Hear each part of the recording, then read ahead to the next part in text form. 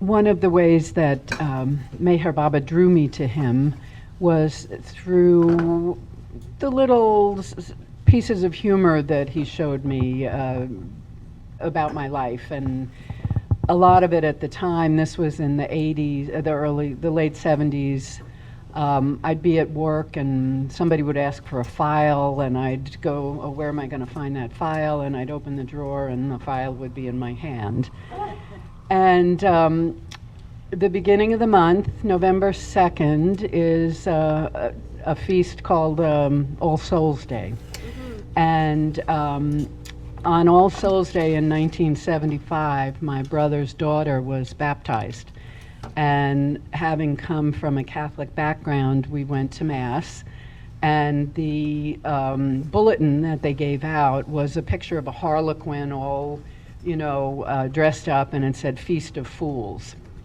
And on the Baba calendar, I saw All Souls Day this past week. And I said, oh, Feast of Fools. Well, this particular niece was killed when she was 24. She was out hiking and a tree collapsed and fell on her and she was gone.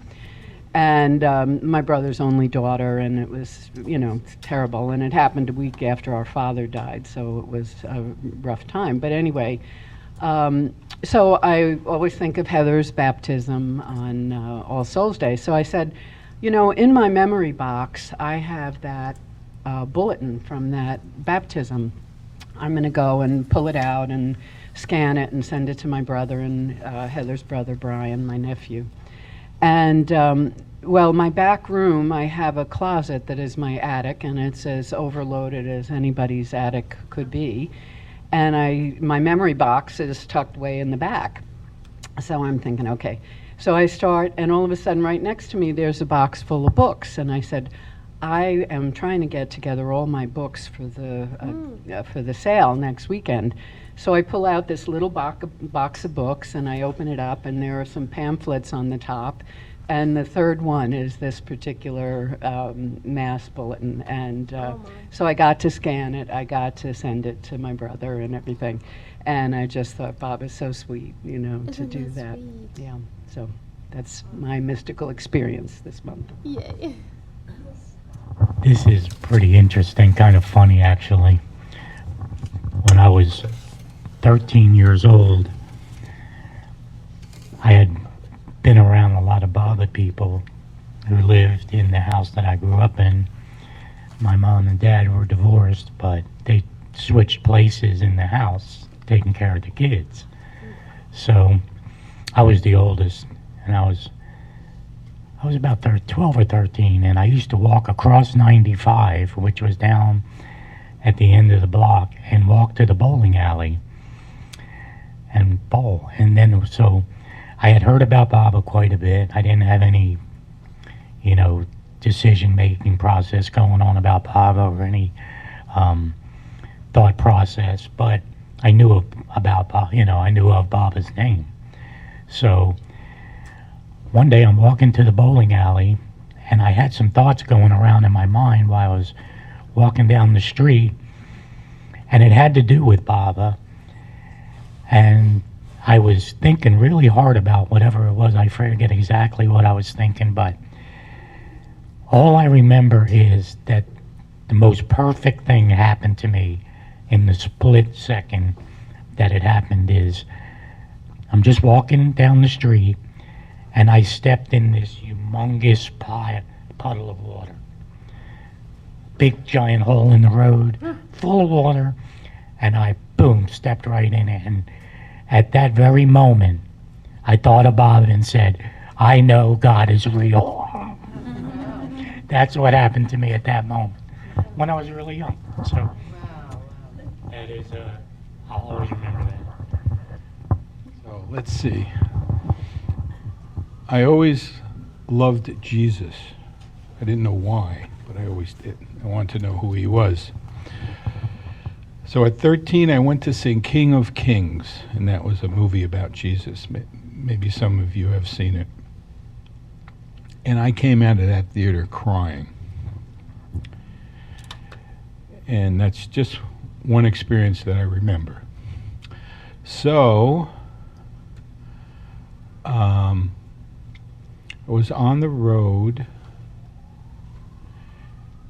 with a band, and I went into a bookstore and I found Listen Humanity. And I started reading that, and it really struck me. And I wanted to know more about who Meher Baba was. And then a friend of mine invited me to a dinner. And at this dinner, there was a chiropractor who was adjusting everybody. And so I got this really neat vibe, and I said, "What are you into?" And he said, "Meher Baba." I said, "Oh, I'd like to find out more about him." He said, "Hey, you want to come to a meeting?" I said, "Yeah, okay." So we went to a meeting at the Ikowitzes, David and Joe Ikowitz's house, one of their houses. And this was, I think, 69, and there was a fellow by the name of, what was his name? Bruce Hoffman had just come back from 69 Darshan, so he was giving a talk. Oh, I'm going to go back a little. I was in the band in 1967, and I was starting my search. I just had graduated high school, and I started my search. Started looking around. So in the band was a guy, the piano player, who gave me some pamphlets. He said, "My English teacher gave me this, and I'm not into this stuff, but I know you're into all this kind of far out stuff, you know." So it was all about Meher Baba. It was little pamphlets, and I read that. That was my first time becoming aware of Meher Baba. Then on the road, that's when I found Listen Humanity. Okay, so back to Bruce Hoffman. Bruce Hedendahl was the chiropractor. Maybe some of you know him. And we went to the Ikowitzes for the Baba meeting, and Bruce gave a talk about his trip to India for the 69 Darshan. So after the meeting, I went up to him, told him how much I loved to talk and this and that, and he said, "How did you find out about Meher Baba?" I said, "Well, I first found out about Meher Baba from a musician friend who gave me some pamphlets, who said he got these from his English teacher in 1967. So now this is 1969, 70. And Bruce said, "What's his name?" I said, "Michael Maggiano." He says, "I'm the one who gave him those pamphlets." He says he was one of my students. So that's part one. I'm going to pass it on now. I'm going to tell them when we went to India together, Robin and I. This was, is this close enough? Yes. This is 1981. And I'll have to think a little bit because, it's quite a while ago and I'm pretty old now. Anyways, when we were young, we went to India together. And I was supposed to go with my husband, my son, and daughter. Everyone was supposed to go, the whole family, for the first time. But Brad, my son, was 14. He got meningitis. So he wasn't able to go on this trip. And he went into the hospital and was put immediately on penicillin intravenously. And the very next day, from being extremely sick with a high fever and, a horrible headache and all the symptoms of meningitis, the very next day he was like all better. But the doctor said, no, he's here for 10 days. This is a 10-day treatment, and he's out of all danger, but he can't go to India. He's staying right here. So my husband at the time was not this husband. I had another husband before. Yeah, this is husband number 2. He said, well, you go to India and with our daughter, and I'll stay behind. And when Brad's all better and out of the hospital, I'll take him to the center. And it seemed like a good plan. So I went to India with our daughter, who was 11 at the time. Robin was already there. She beat me by a day or two, got there first. And when I got to India, people said to me, as soon as I got there, people said to me, several people, you know, Mara prayed for Brad, because when Brad got sick, in those days we sent a telegram, and there was no internet. So we immediately sent a telegram that the family wasn't coming to India because, and so Mara was told that, so she prayed for Brad. So I was told this, but it just went right over my head. I didn't say anything. I didn't react to it. I don't know why. Nothing. So then we went out to Marazad, and Mani immediately says to me, you know, Mara prayed for Brad. And I thought, well, nice, that's nice. No, didn't make any impression at all. And never said thank you to Mara, never showed any appreciation, just heard that. So had a fabulous trip, me and Robin. We were there for 3 weeks, I think. And came back, and Brad's perfectly fine. He's completely healthy. So 15 years about goes by, and my daughter has her very first job. She's starting the morning of her first job. She has an attack where she loses her vision driving to work. So she calls me, and I go and get her, and we go to the eye doctor, and the eye doctor says, this is not an eye problem. He said, it's a neurological problem, so I want you to go right away to see Dr. So-and-so, the neurologist. So I take my daughter to the neurologist, and as I'm going into his office, I see his name, Dr. So-and-so, and when I got in there, I said to him, you don't remember me, but 15 years ago, you were my son's neurologist. My son had meningitis. So he sends for his nurse, and he says, go up to the attic and get the records for Brad Brunette. And I thought, well, this is really strange, because this is an old case, 15 years ago. Why does he want to even see the records? So the nurse brings the file folder, and he opens it up, and he says to me, oh, yes, he had meningitis. He said he had viral meningitis, and he said, we put him on penicillin, but that had no effect at all, because as you know, antibiotics do not cure viruses. And then it hit me what had happened and why he had the very next day so miraculously gotten better, because Mara had prayed for him. That's what cured him, not the penicillin. But it took 15 years for me to know that, and I never would have known it if this doctor hadn't, for no apparent reason, asked for these records, and that was, to tell me. And then, of course, Mara wasn't here. This is already in the 90s, and Mara was gone. But I thanked her anyway. Yeah. Hey, Baba. What a story. Your story. Is this Vinod? Yes. We met in 81 in the old PC, Robin and I. You were policeman in Mumbai. Oh, your brother. Oh, well, you were with your brother at the time, because the two brothers were together in the old PC. We were introduced. And your brother asked me, what do Americans think of the police in the U.S.? And I had no answer, because we didn't think anything one way or the other. And he told us how Indians didn't have a very high opinion of the police in Mumbai.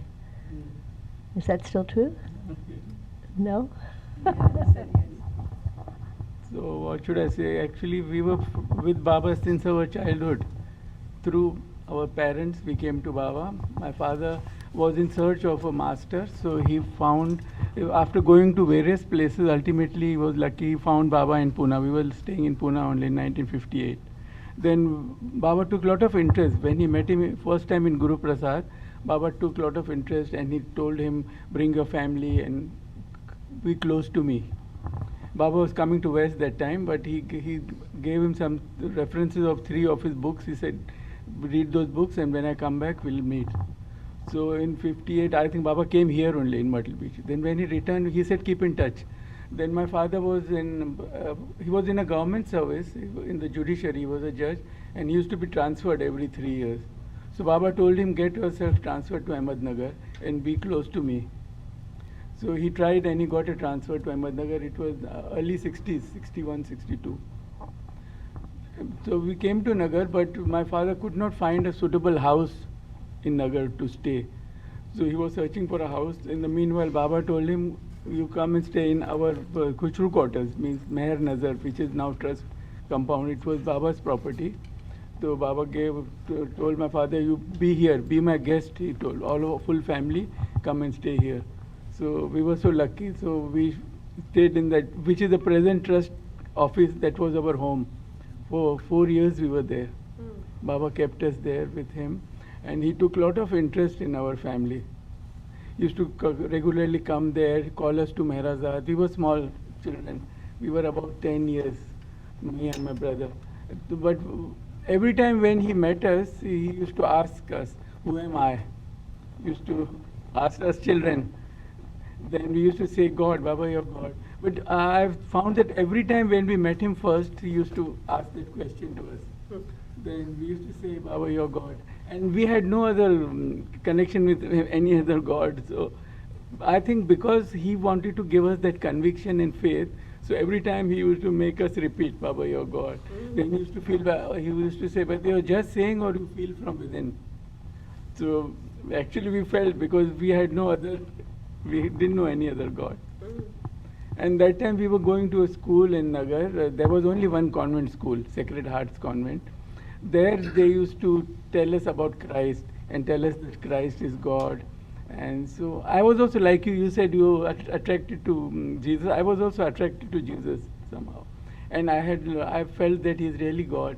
Then like once Baba, when he met us again, he asked me again the same question, who am I? So I told him, Baba, you're God, I know you're staying, but in the school they say Jesus is God. Who is the real God? So Baba said, he was and I am, and we are the same. I still remember. Such a nice answer for a child. So we had never any doubt about his being God. He showed so much interest in our family.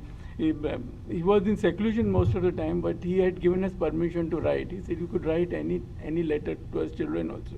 If you have any problem, if you want to ask me anything, you can write a letter. And every day mail used to go from Adi's office to Mehrazad.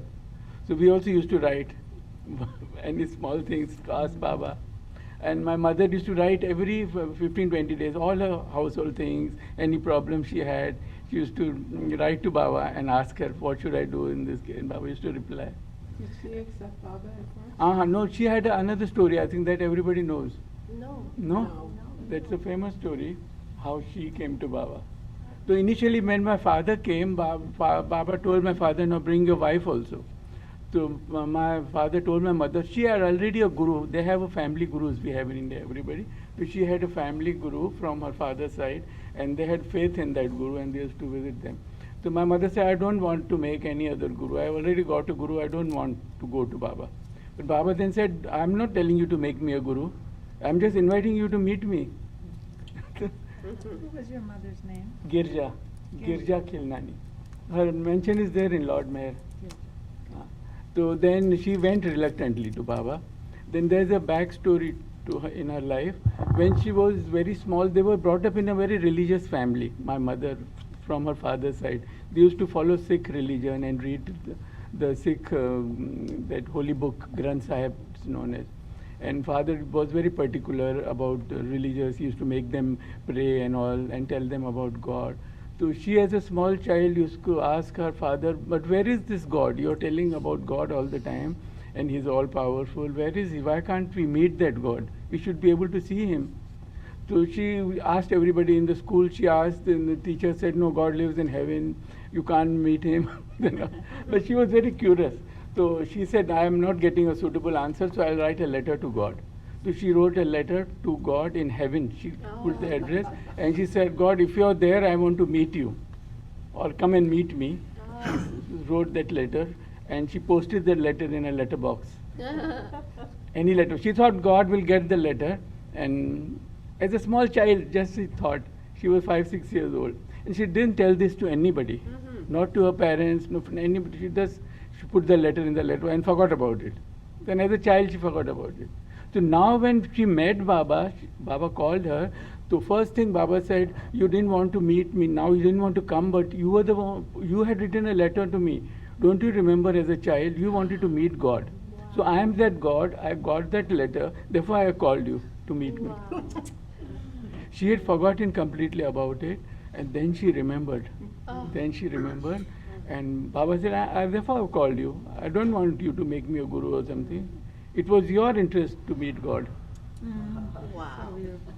So then she completely then she fell at his feet. So that was her story. Then she forgot about her guru, everything. But Baba said, don't leave your religion. You're reading that holy book, those prayers come to me only.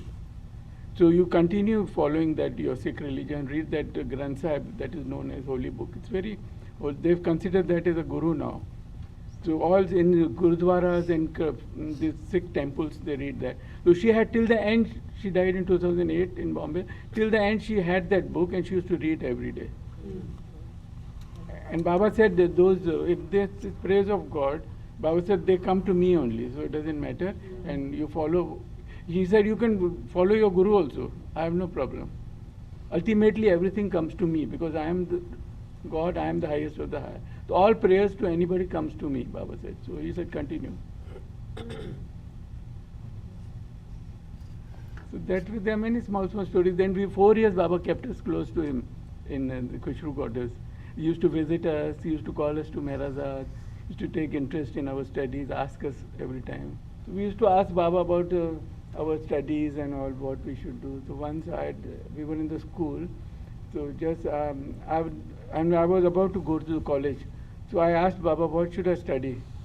Which subject should I take as my special subject and go ahead? So Baba said, I'll let you know when the time comes, I'll let you know. So then I also forgot about it. Then in January 1969, middle of January 1969, I suddenly got a letter from Baba, a rich letter from Baba saying that you had asked Baba what you should study and Baba will be happy if you study chemistry, if you do a post-graduation in chemistry. So I've still got the letter.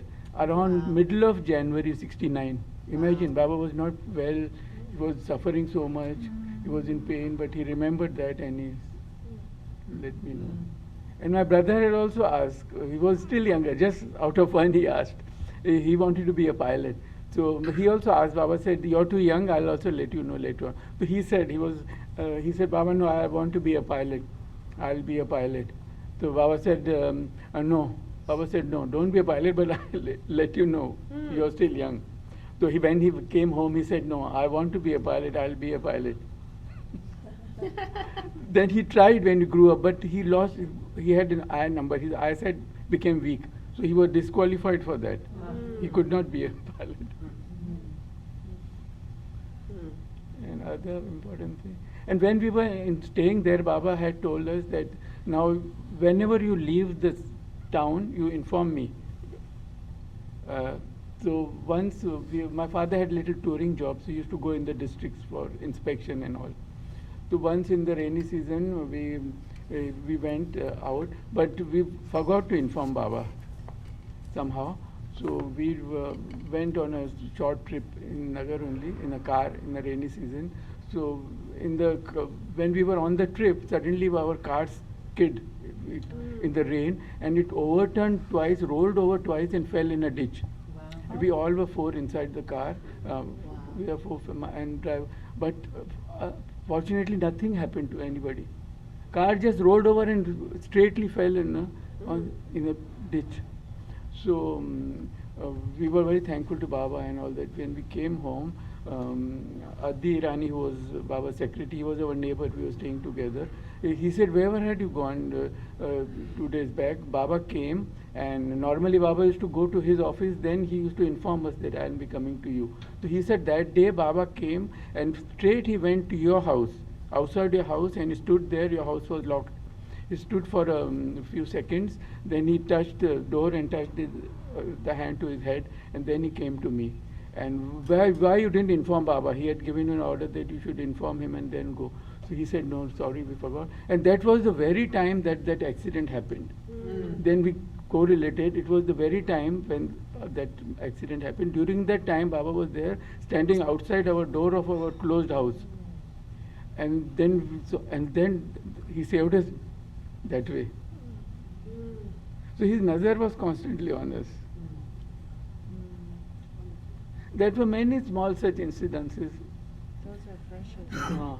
And once he had told us, we were coming from Pune to back to Nagar, he told us that start exactly at 4 o'clock for coming. But somehow something happened, we could not start at 4 o'clock, we started at 5 or 5:30, little late.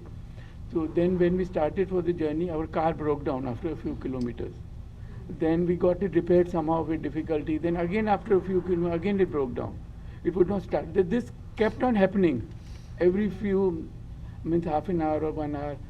Then ultimately we had to hire a truck, put the car in the truck and bring it to Nagar, and we reached at around midnight, after midnight, 1 or 2 o'clock. Then Baba was very particular. He asked next day, how was the trip and what did happen, how were you safe and all that. So my father said, no, we had a lot of problems, we came very late and all that. Baba said, what time you started? So Baba said, we started around 5:30. Baba said, why? I told you to start exactly at 4 o'clock. Why did you disobey me?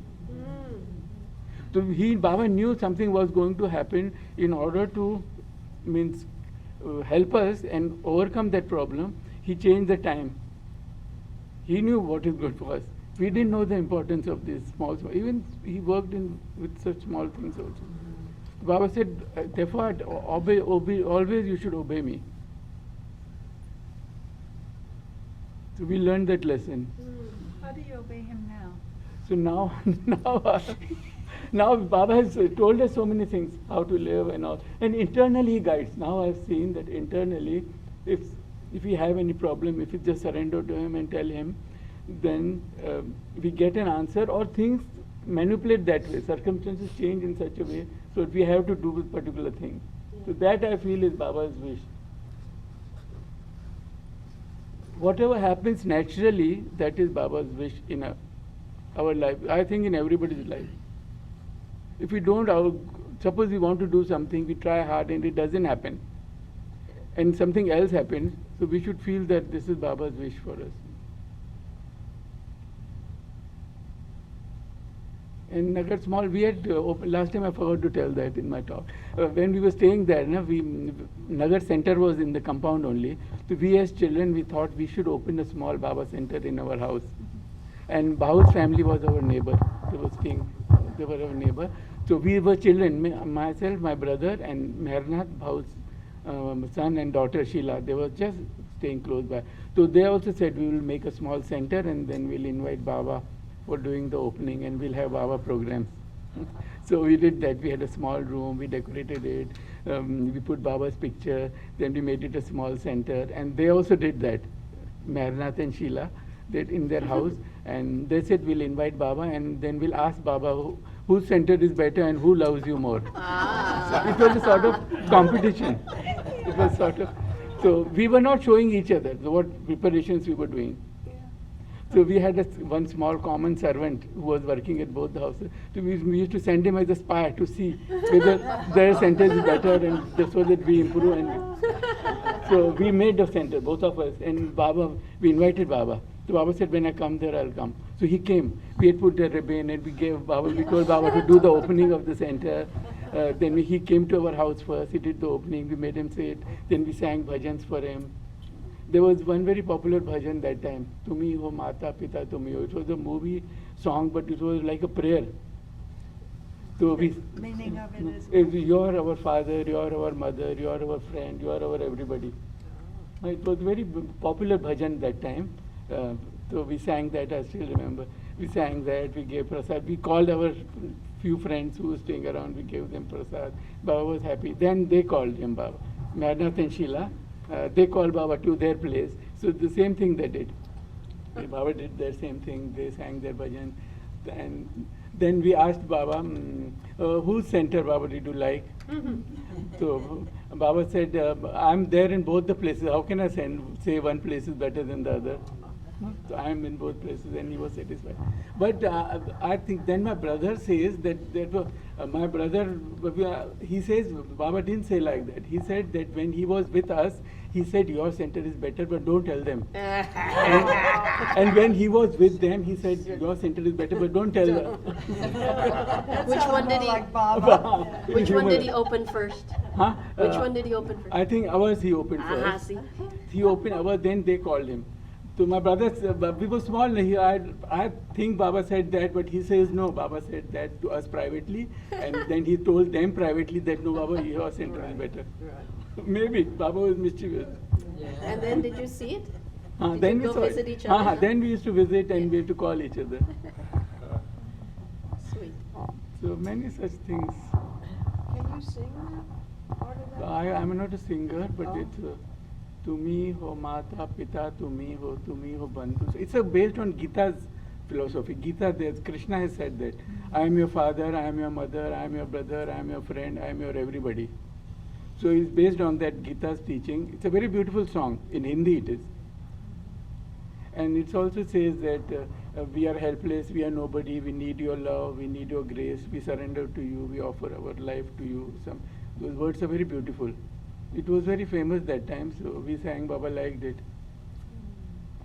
Very sweet. Did he come again to the center? No, he came, he used to visit us. Center was late. He used to come to our house. Whenever he came there for his work, he came there, and he used to be very particular about our going to school, studying properly. So once he came, my brother had not gone to school. So he said, why he has not gone to school? My father said he is not well. So what has happened? He was very particular. My father said he has got some cold and cough and all that. Then Baba asked which doctor you ought to get him treated with. So we gave the doctor's name. Baba said no, change the doctor.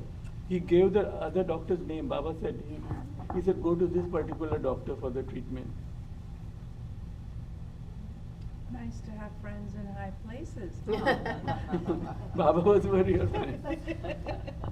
Once Baba came to visit, he used to come suddenly sometimes. Once he came and we were not, my father used to go for a walk in the morning. So he said, where is Prem? My father's name was Prem. So he came and stood out. So he said, I want to meet Prem. Where is he? So we said, no, he had gone for a walk. Baba, he said, I'll wait, just call him. I want to meet him. Then we sent a servant. He went and brought my father. He came running, and Baba said, I was waiting for you.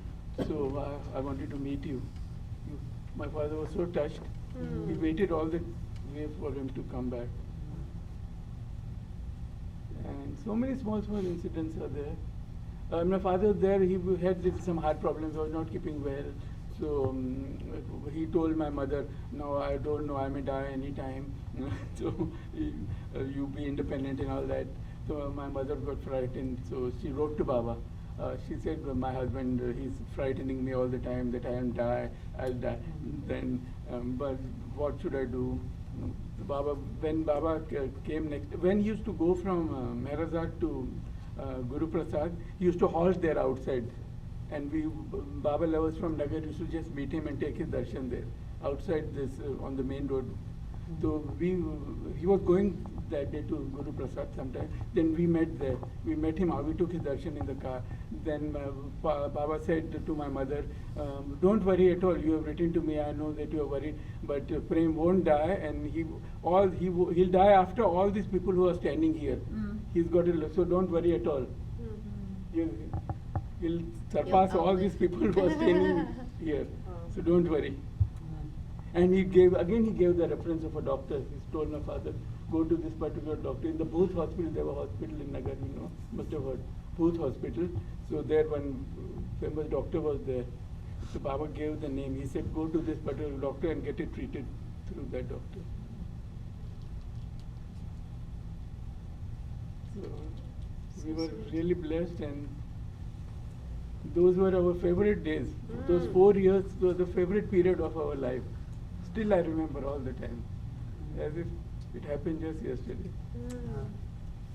And during those time, I think Baba laid the foundation of our internal links with him. As Baba used to say, And then afterwards, we got again transferred. My father had to leave and he went to another place. But again, Baba said, come back to Nagar and be with me till I am in body. Try to be near me. So again, he got a transfer back to Nagar, but we were staying in some other place. He got accommodation. But that time, Baba was busy in his other things and he was not so close. But by those 4 years, he was like a family member, like the head of our family. So he guided us in small things and he took so much active interest. And our connection was deeply established that time with him. Internal links were completely established, which are continuing still now. Everybody has their own way of coming to Baba, and I was always questioning. And so after that experience of meeting Bruce Hoffman, I would go to the center in New York City, go to the Baba meetings there, which were always great. Established all the friendships of people who live here now and all kinds of crazy stuff. So backtracking just a little, I got into a guy named by the name of Richie Havens, and some of you may know who he is, but he was a folk singer, opened Woodstock, and I just loved his voice and loved his style, and so I started singing a lot of his songs and playing the way he played. He was like my idol at that time. So I guess it was around 1970, thereabouts, I decided to come to the center for the first time. And I challenged Baba and I said, okay, Baba, if I wasn't convinced yet who he was, even though reading the books and everything, I still wasn't convinced. I said, if you are who you say you are, give me a sign that I should go to the center. I was kind of reluctant to go. I had a feeling, I don't know if I should go, and I had a feeling like that. And but I forgot that I asked Baba, challenged Baba, whether I should go or not. But I decided to go, even though I didn't remember that. So I'm on my way to the airport in New York City, and my guitar in my hand. I'm walking down through the hallway, through the gate, towards the gates. And all of a sudden I look up, and standing in front of me, walking towards me, is Richie Havens. And I stop and he stops. And he asks me, where are you going? Now, why would he stop and ask me where I'm going? I said, I'm going to the Meher Baba Center. And with that, he opens his jacket lapel, and he's got a Meher Baba button. Well, obviously I got my answer. And that was pretty incredible. And a few years later, I think it was 1976, after my parents always said, oh, he's into something else, and now he's into a new thing, and now he's into another thing. But when I found out about Baba, I started leaving the books around, putting pictures up of Meher Baba. I was living at home at the time, and my mother would take him down, and I'd put him up, and she'd take him down. And then she started reading the discourses, and she really enjoyed it. And then a lot of Baba lovers who were coming through to go to India would stop by, and my parents loved the love that they got from them. So they really felt at home. So I had an opportunity to come down and play some music here, invitation from Jane Haynes. And so I invited my parents, and I drove down. My parents flew. And when they got here, they were beginning the tour, and my father went into the lagoon cabin. And after a little while, he came out, and he was white as a ghost. And he never told me what happened. But after that first day on the center, they were Baba lovers. Both of them became Baba lovers. Yeah. Yeah. And that's it.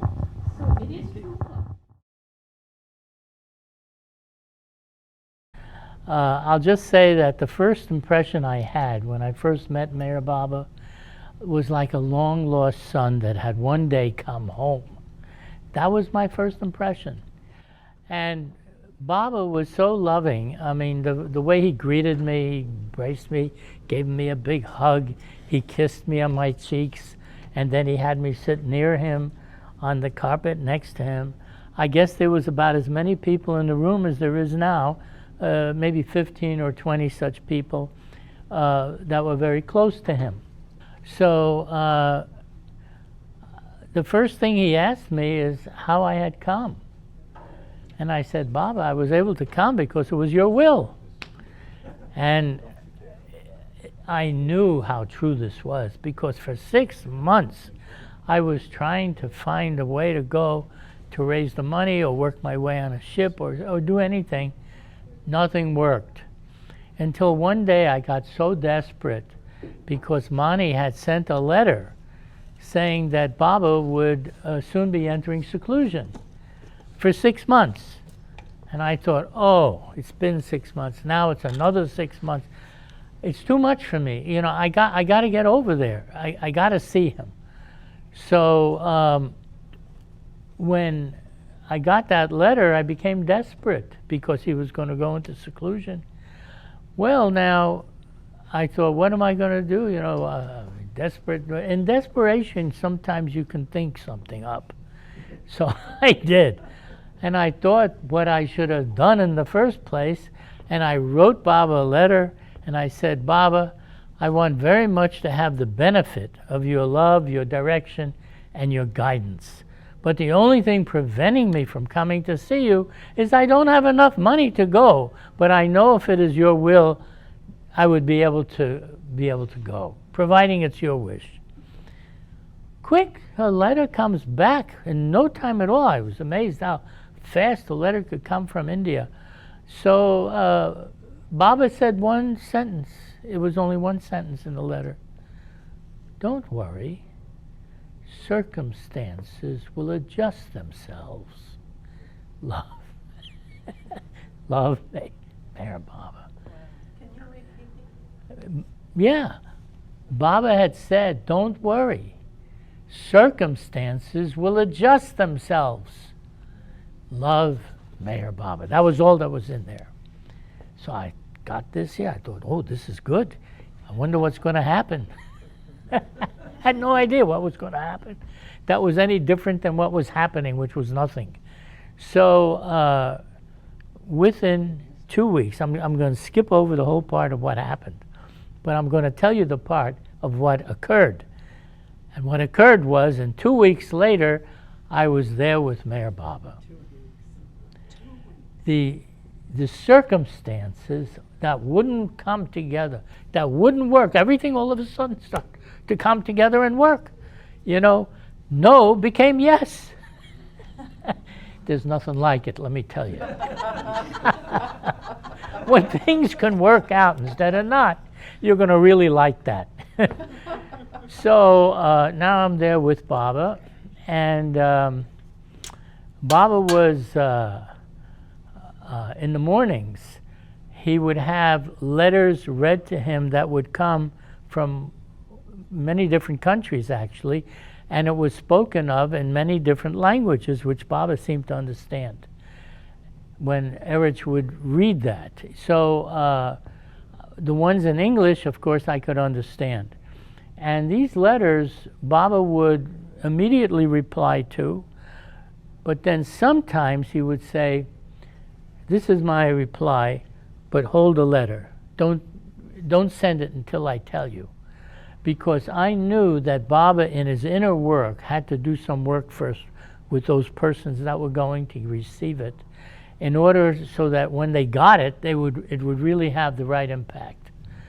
And I found that in the course of my life with Baba, his timing was impeccable. It was just so perfect. Everything happened at just exactly the right time that you could get the most out of what he was saying. And you see, when I went there, I wanted Baba to show me God. I wasn't going there just to visit him in his physical self. I wanted to see the real self, because I had read in some of the books where Baba was saying, I am not this body. In fact, I even brought something here because I wanted you to hear what Baba actually said about himself. And here he's explaining, this is what I had read before. I am not this body that you see. I wear it like a coat when I come down and visit you. I have come down from the highest level in order to bring you up to my level. God realization is the very goal of all creation. All earthly pleasure, howsoever great, is but a fleeting shadow of the eternal bliss of God realization. All mundane knowledge, howsoever comprehensive, is but a distorted reflection of the absolute truth of God realization. All human might, howsoever imposing, is but a fragment of the infinite power of God realization.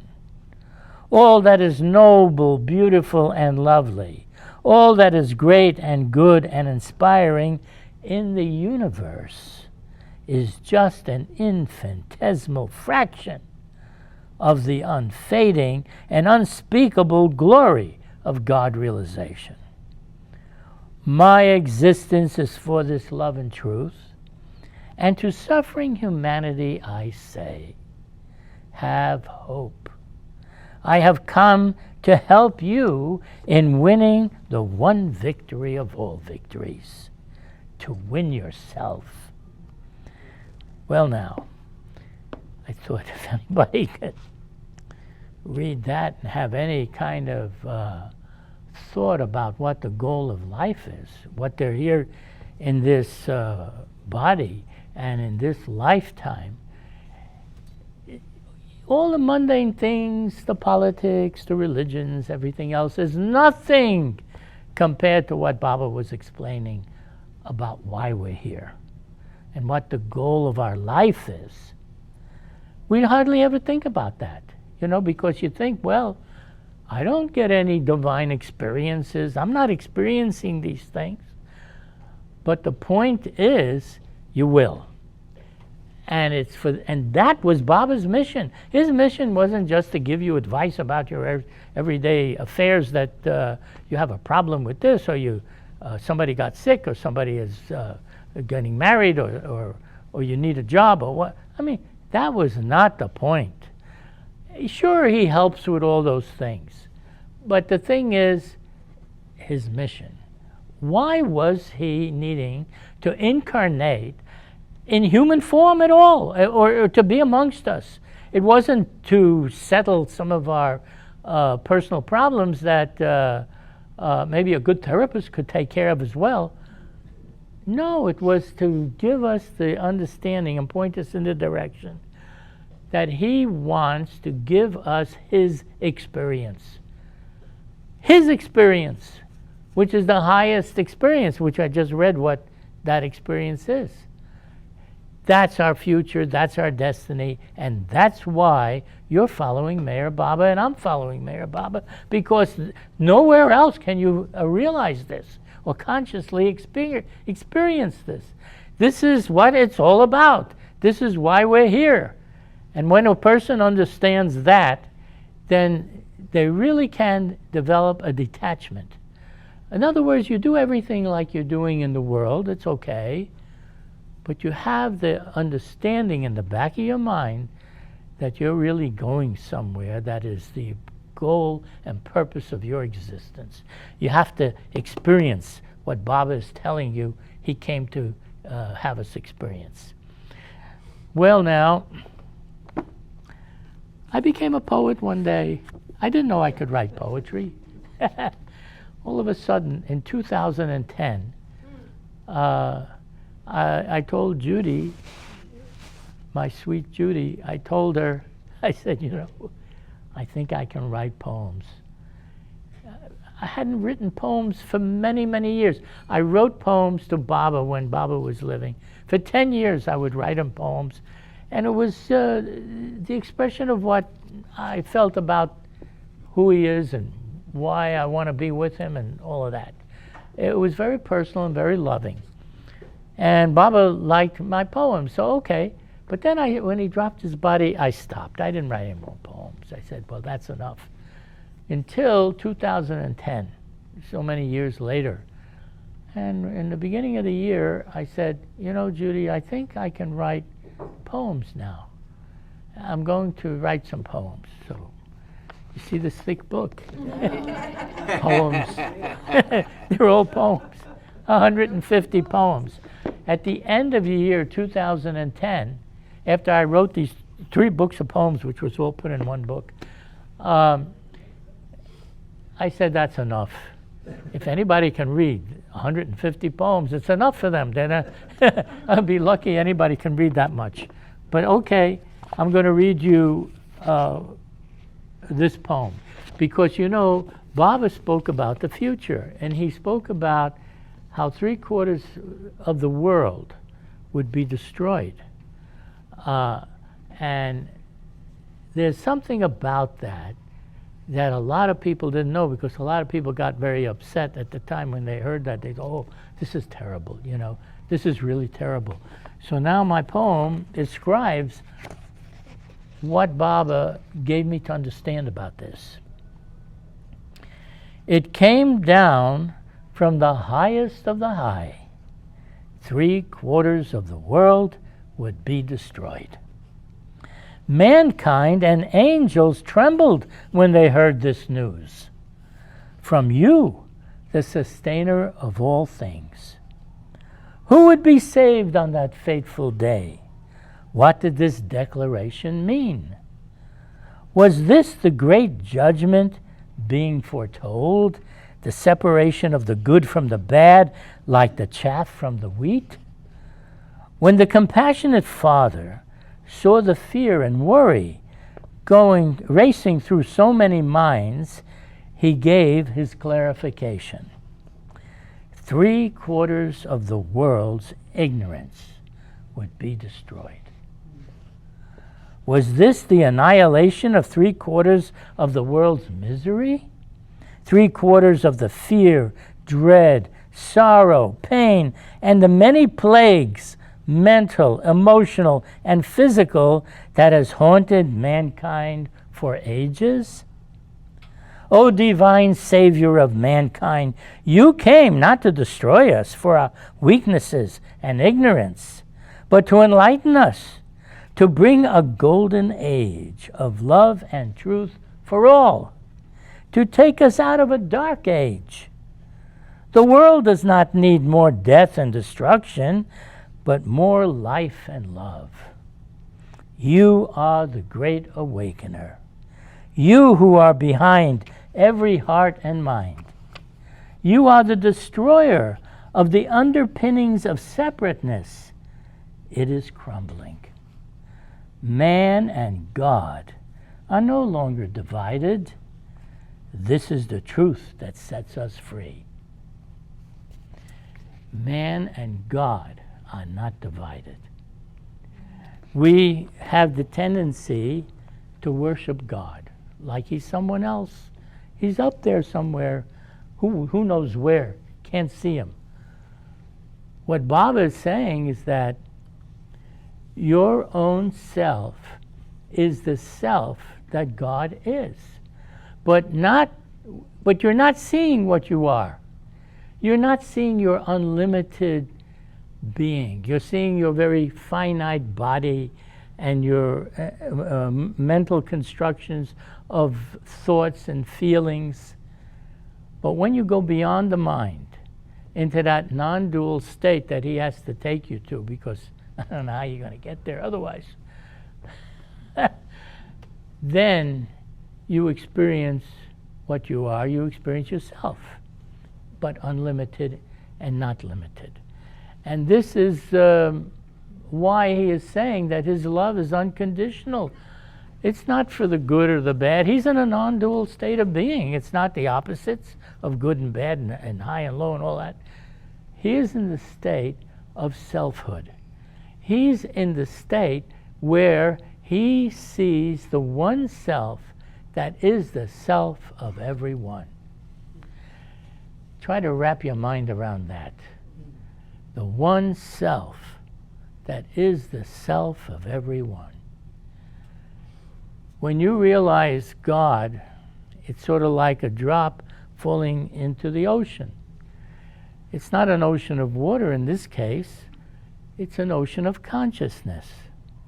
And when the drop, like in the ocean of water, touches the ocean, what happens to it? It becomes the ocean. It's no longer a drop. It's the whole thing now.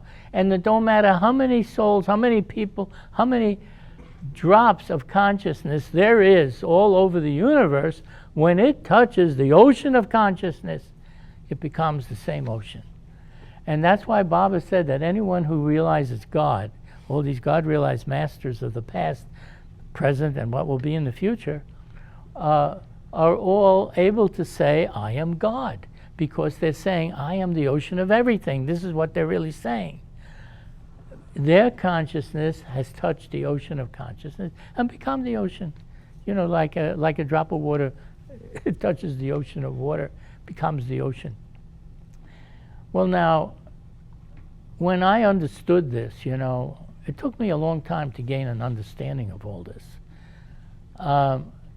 Then I understood why Baba said his love is unconditional. If he would say, I am closer to you than your own breath. So what's closer to you than your own breath? Yourself. You're the self. So he went ahead and he said, I am that. I am your very self, closer to you than anything else could ever be, because I am you. But in the unlimited state. Anyhow, be that as it is. We are at a point now in our lives where we're trying to understand, like they say that when a baby gets born, it wants to try to understand just what its surroundings are, what's going on. Who am I? Where am I? What are the rules of the of the world that I'm in? All of this is part and parcel of what Baba is trying to teach us, because we are like children in his love. We don't know everything, and that's a problem. That is a real problem. But it doesn't always have to be like that. And so he says, okay, you come to me, I'll show you what's real, and you can put aside all that is not. I got another poem for you. This one is even more sophisticated. It's called It's War. It's War. Name of the poem. I have a war going on in my heart. I see how things are and how they could be. My sight keeps improving. I can see what was invisible before. A real warrior fights for a righteous cause, to protect the weak and to bring justice where it is needed. But I fight to bring love into the heart, into the lives of the loveless. It is because of you that I am learning the art of war. I did not ask for this. Who knew that I would have to fight in the streets of my own mind? That I would have to brave the worst onslaughts of the temptations offered to me? How could I do anything for anyone when I needed help myself? It's a good thing that you came into my life, the master magician of the soul. Without thinking, the transformation was happening. The great Armageddon was happening within me. The final battle that would bring me the God state. I expected that this war would be out there, but Jerusalem is in the heart where you are. It's war, and it always has been, till the battle is won. Everyone will be the victor, and everyone will enjoy the spoils, because it's your almighty love that conquers all. You know, Baba makes you understand many things, but he doesn't give you the experience. He gives you the understanding. And we're at the level that that's important for us to gain that understanding before he can begin to give the actual experience of your inner state, which is the mystical side. We call it the mystical side, but it's really very natural when it happens. If anyone has any questions, you know, I'm still here. You can ask me.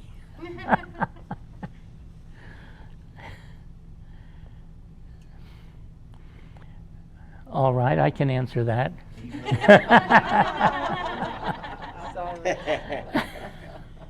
It reminds me that when we were sitting with Baba, he asked if everyone would like to hear him give a discourse or a message, or whether they would like to sit with him in silence. So I was sitting right there next to him, and there must have been about 200 people in the room, and no one was saying anything. But I was thinking, you know, I'd really like to hear him say something. I'm not very good at silence. So I keep quiet. I was never a good meditator. My mind was always moving and nothing ever seemed to happen.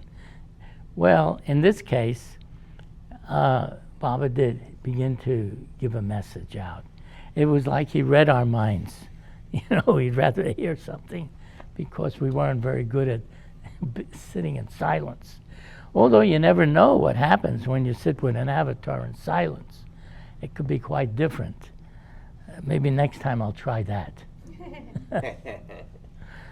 I had a lot of experiences with Baba. When Baba dropped his body, there was only about, I think, 7 people or 6 people came from the West. The entire West. There were thousands of Easterners that had come, and Baba was lying in state in the tomb. And there was only maybe about, I don't know, 5 or 6 or 7, very, very few from the West. And the reason was, and because Eric says, where's all the Westerners? When my brother Edward and I were at the foot of the hill where Baba's Samadhi is at the top, Eric says, where's all the Westerners? And I said, you know, they were told that they would be more of a burden on you at this particular time. Baba having dropped his body, you had too much on your mind and too much to do. And they were telling, the group heads were saying that no one should go. Well, Fred and Ella were the group heads in New York. And when I was over at their house, Fred tells me, you know, we're telling everybody not to go. We don't want to, it's too much work for the Mandali, his disciples. I said, I'm not going to do that. My brother Edward said, we're not going to do that. We're going to go. He says, you're going to go after I'm telling you not to go? You're going? I'm telling everyone not to go? I said, yes, where are you going? I'm Baba's son. The son belongs with the father. If he drops his body, passes, that's where I go. So it wasn't like Baba declared I'm a son. I declared myself as a son. Because we all feel that warmth, that family, that he's so close to all of us. So, and I said, you know, Fred, I know what you're saying to everybody, and you're saying for what you feel is good reason. But let me tell you, you're going to regret if you don't go. You will regret that. So he says, all right, do whatever you want. So, of course, we left.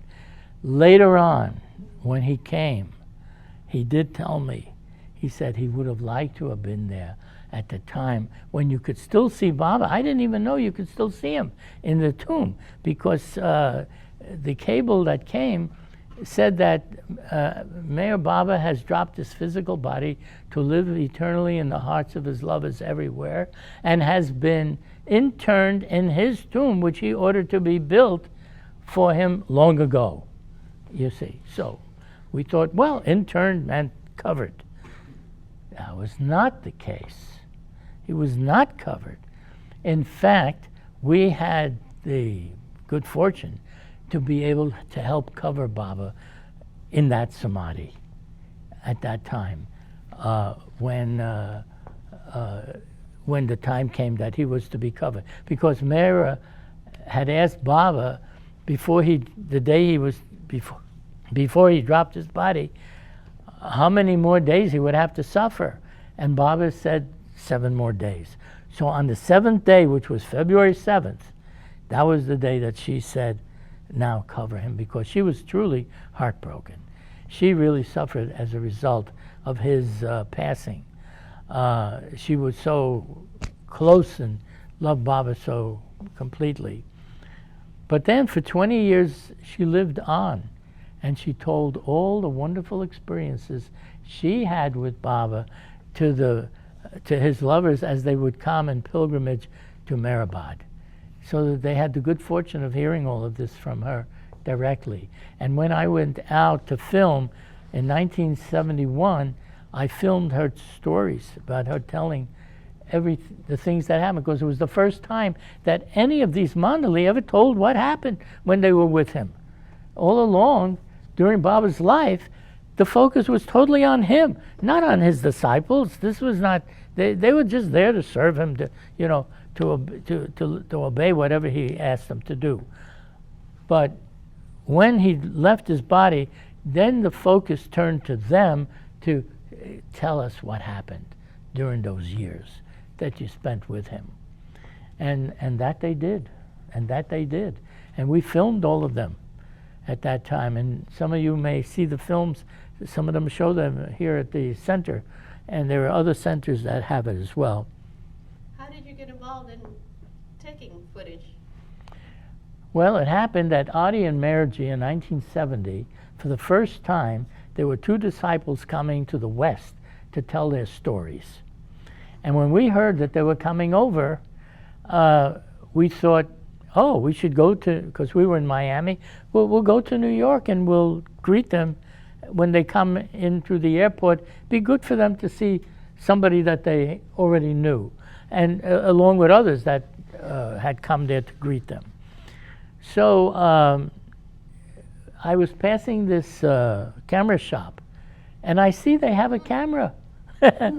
A camera that for the first time, you could hold it in your hand, and it had a cord that went to a tape recorder, and it would record lip synchronization. The sound and the film would be synchronized. So I thought, oh, this is nice. I'll take it with me. Maybe we'll take a few rolls of film of them. Well, those few rolls, it turned out that they were telling such interesting things that that we decided to go and travel with them wherever they went, and I bought hundreds of rolls of film in the course of the time. It was never pre-planned. There was no premeditation about this. It was just spontaneous. This is what we decided to do.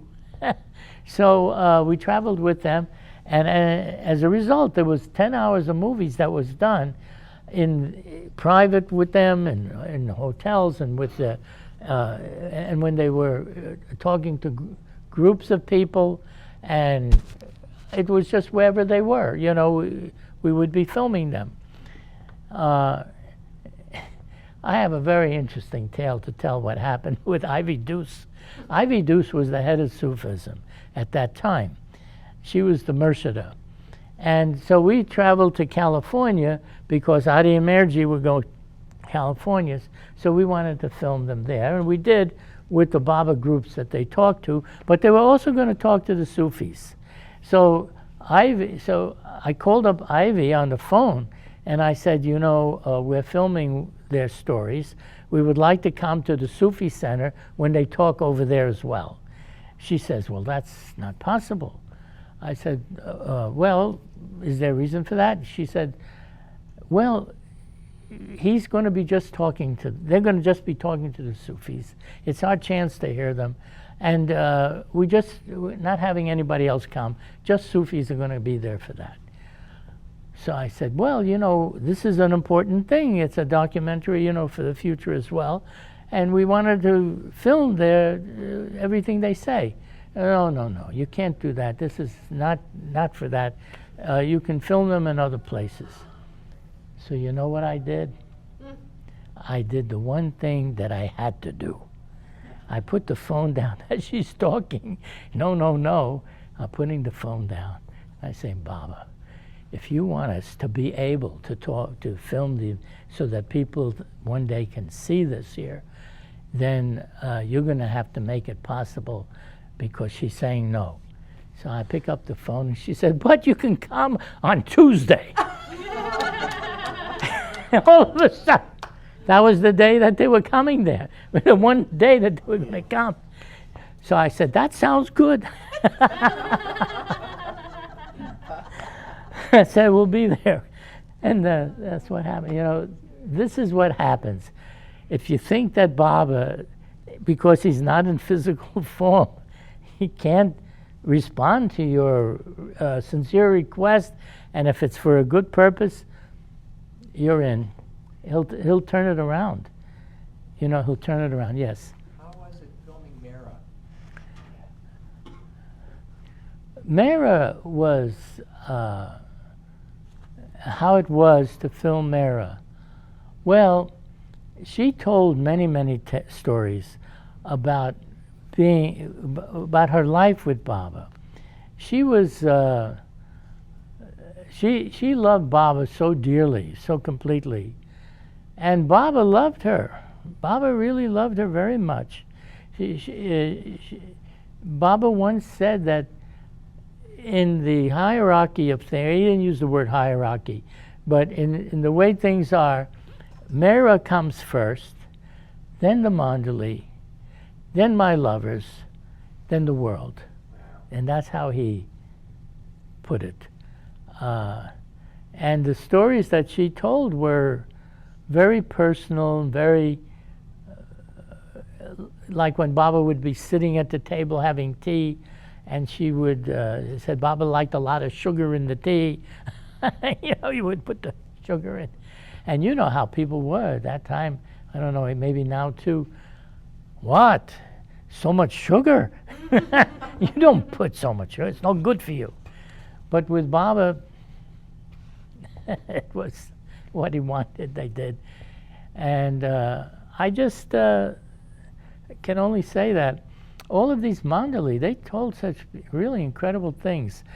When you go, see, the center has the full set of over 100 DVDs, which was what we done on video. But there was another big documentary done on film of all of these here disciples all over the world, in Australia and throughout Europe and throughout India, north and south and all over the place, and throughout the USA. I mean, there was so much done on film, which was a whole separate documentation than what we did on video. None of that has been copied yet. How do you like that? But it's there to be done. It's just that it's much more expensive and costly to copy film and to digitize it and do all you have to do than it is for video. I know I saw your movie Avatar of the Age, and it has to deal with a lot. It was great footage of the Mus. And what do you think, in your opinion? I know there's a lot to it. Baba's work, his main goal in working with the Mus. What was his main? Very well. He explained that these Mus were stuck. But they were stuck on a higher plane. They were not conscious like we are in the gross world. they were in the subtle worlds of energy and the mental worlds of mind. And they were in much higher levels, but they were also stuck at their levels. They couldn't advance.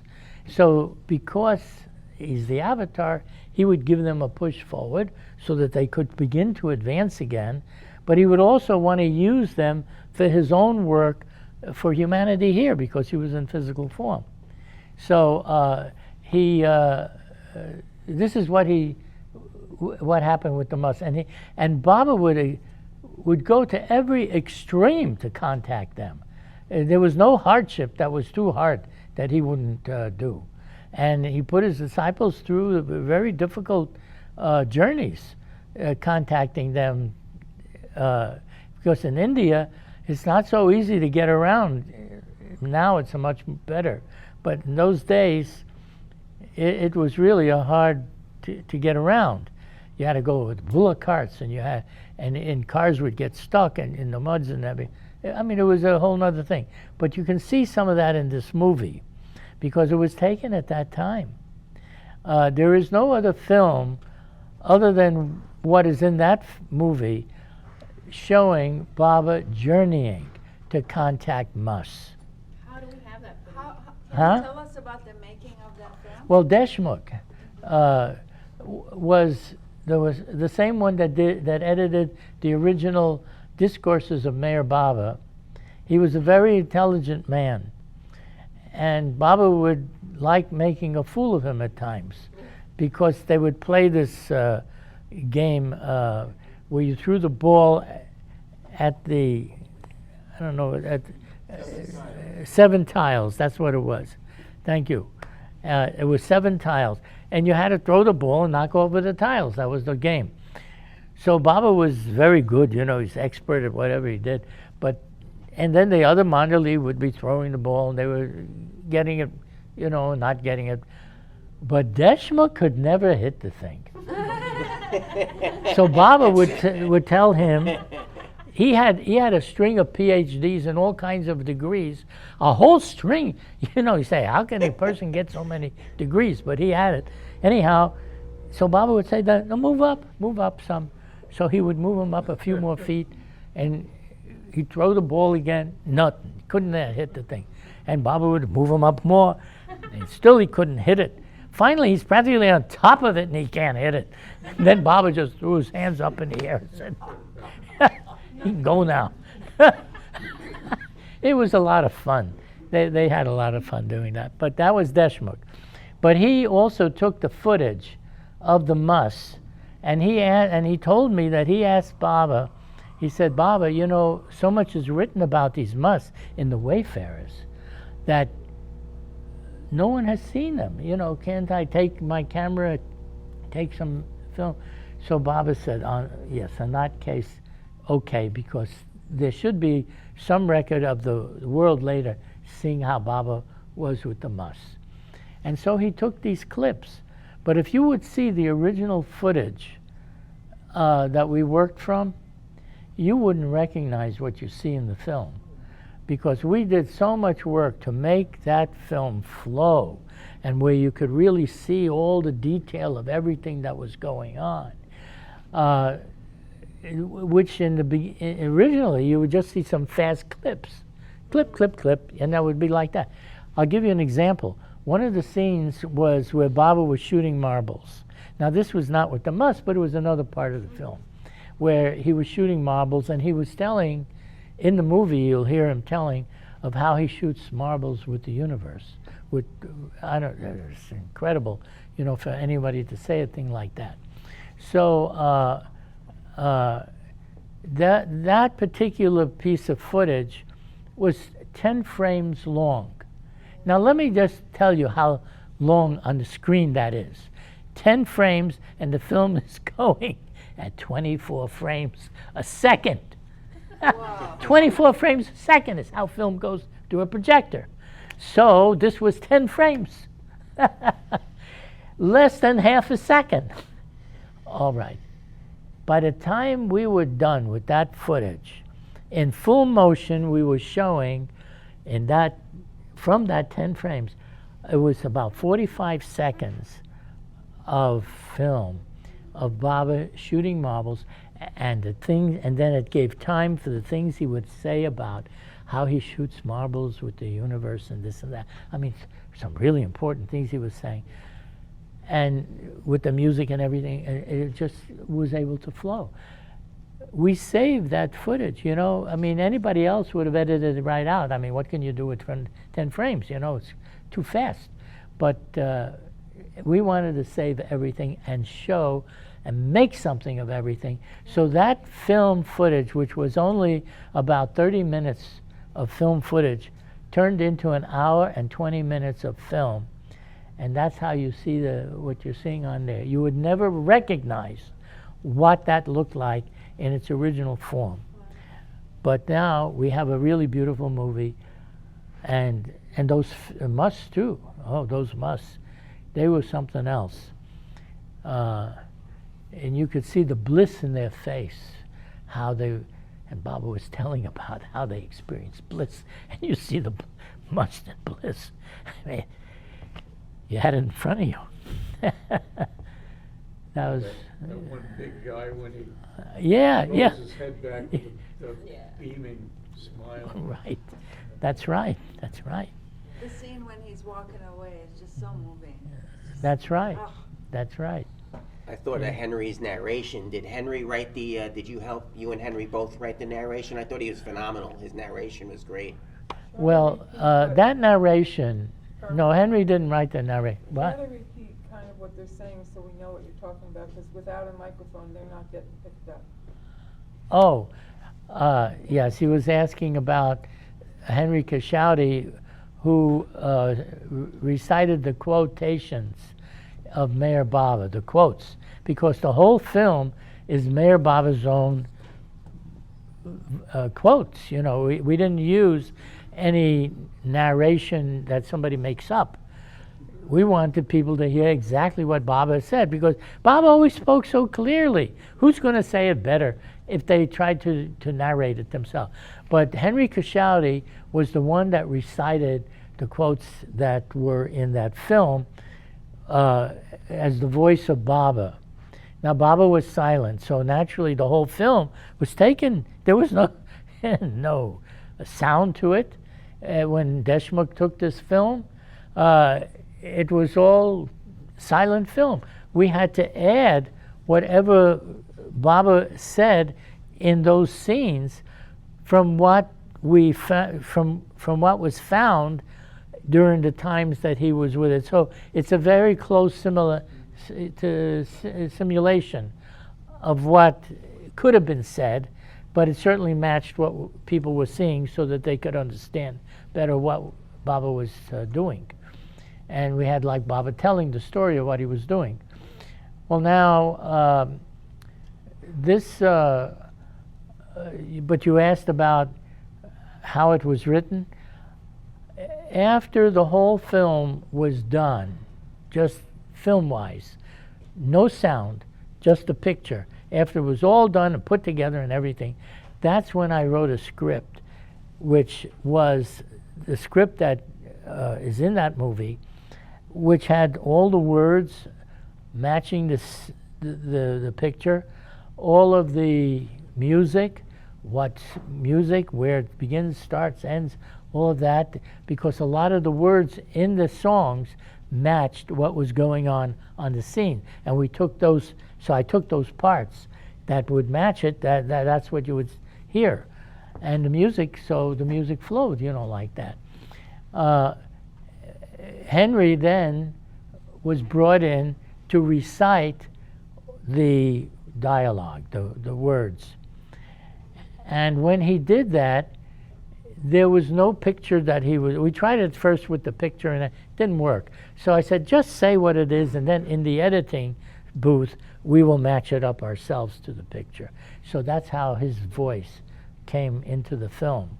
But he was the right voice for that. And, you know, if you ever heard Henry speak, he has a powerful voice. This would not have worked for this movie.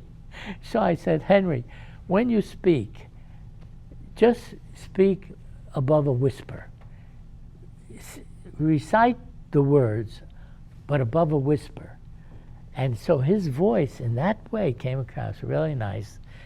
And that's how the part of the soundtrack was done. When you see the movie, yeah. A little bit about your meeting Baba. Well, you know, I liked Baba. And Baba liked me. That was the thing. You know, we liked each other. If you meet the God man, that's the first thing. You want to be able to like each other. And it was very easy to like Baba. He was so loving. And he was very wise. You know, I'll say this. One day he said to me, "You were sent to me by another master."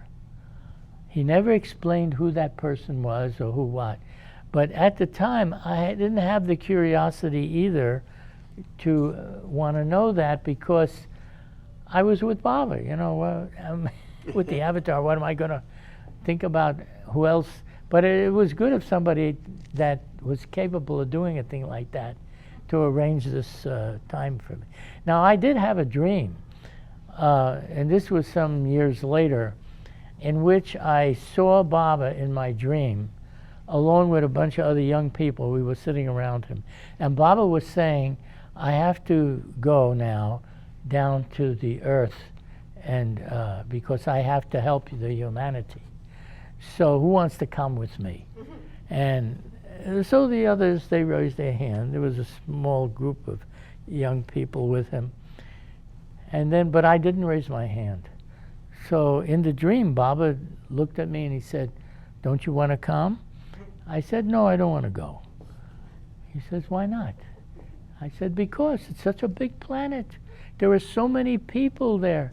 I don't know where you're going to be or who's going to be where. I won't even be able to remember anything. So why would I want to go there? I would be not knowing anything, and I'm going there." So he says, "Oh, well, in that case, I'll see to it that you meet me, that you come to me." So I said, "Well, okay, now I'll go." Now I'll go. And it really turned out like that. Were you with Baba? You had that dream? No, this was afterwards. It gave me some insight as to how come I had part of the reasons I met him, I suppose. But, and then he told me some very important things, because I wanted to know God. I wanted him to show me God. I didn't want to hear about it, read about it. I didn't care to hear people talk about it like I'm doing. I just wanted to see the thing for myself, you know? I mean, all these centuries, people are talking about God, God. Who sees anything, you know? Who's there to see? Well, there definitely were great souls and advanced souls that saw a lot, but very few people like that. So I felt this is what I want to know, and that's why I wanted to see Baba. And then Baba told me during the course of things, he said, "One day I will show you what you want. It's just you have to wait for the things, the right time for things. You know, it's like a kid comes to a professor and says, I want to be able to know calculus like you. Show it to me." So he says, "All right, you'll go through the steps, and I'll see to it that you see it, that you'll know it too." Well, in the case of the avatar, it's even more so. You go through the steps, and then you'll get there. And that's what I've come to understand, because that's what's happening. See, not because that's the way I want it, it's only because that's the way it is. So you're not perfect yet? I don't think that anybody should think I am. I'm not thinking that way. You know, no, of course not. But the time for that when the time comes, then you know. You know, no one has to tell you you're perfect or not. When you come to that state of seeing yourself everywhere and everything, which we don't see ourselves like that now, then you know, nobody has to say anything. Mayor Baba, J. Baba.